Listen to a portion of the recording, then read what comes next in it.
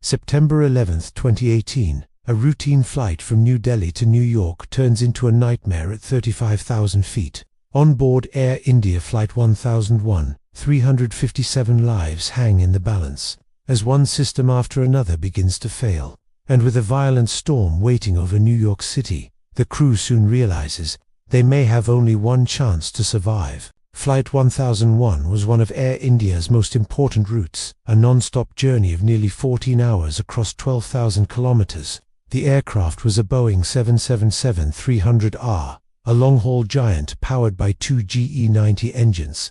On this flight, 4 pilots were assigned instead of 2. Captain Rustam Palia, his co-pilot Vikas, along with Captains Sushant Singh and D.S. Bhatt, experienced, calm, and prepared for the challenges of ultra-long distance flying. But even before takeoff, there were warning signs. The auxiliary power unit, the aircraft's backup power source, wasn't working. It wasn't a deal-breaker. The plane could still operate safely. But for seasoned aviators, it was the first red flag. Adding to the unease, weather reports predicted storms across the North Atlantic and heavy rain over New York. Captain Palia made a crucial decision to load extra fuel. That call would soon prove life-saving. Trouble in the skies. Within the first hour of flight, trouble struck. A cockpit message flashed. Radio altimeter, single source. Of the 3 radio altimeters used to measure precise altitude near the ground, only one was left working. The system wasn't critical at cruising altitude, but it would be during landing. The hours passed, the jet pressing across Europe and the Atlantic. Then, another failure. TCAs failed. The traffic collision avoidance system had gone offline. In busy skies, it was a vital safety net. Now gone.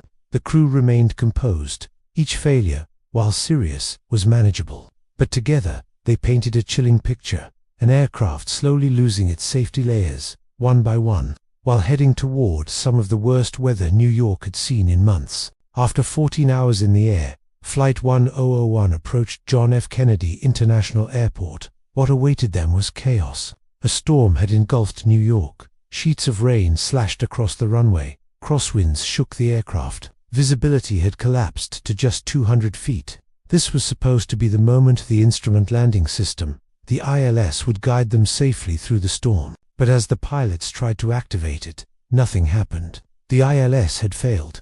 They had no choice but to rely on less precise navigation systems, which required visual confirmation of the runway. But in this storm, there was no runway to be seen. As the crew fought to keep control, another alarm screamed through the cockpit, a false warning that the landing gear hadn't locked. It was a distraction at the worst possible moment. With the approach destabilized, Captain Palia pulled the aircraft up, abandoning the landing. But there was a bigger problem: fuel. The jet had enough for just one more attempt. There would be no second chance. Controllers scrambled to offer alternatives. Newark, Philadelphia, even Boston. But the storm had spread across the entire region. The only option was JFK. Then, a break. Visibility had improved, slightly. Not good, but just enough. The crew prepared for their final approach. Through driving rain and thick cloud, the lights of the runway suddenly appeared, just 2 kilometers ahead. The aircraft was too high, descending too fast, but there was no time to go around.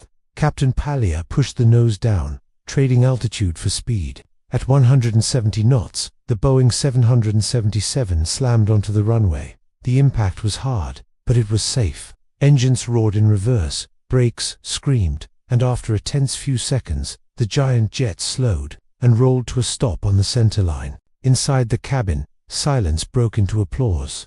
357 lives had been saved. Against failing instruments, dwindling fuel, and a storm that refused to let go.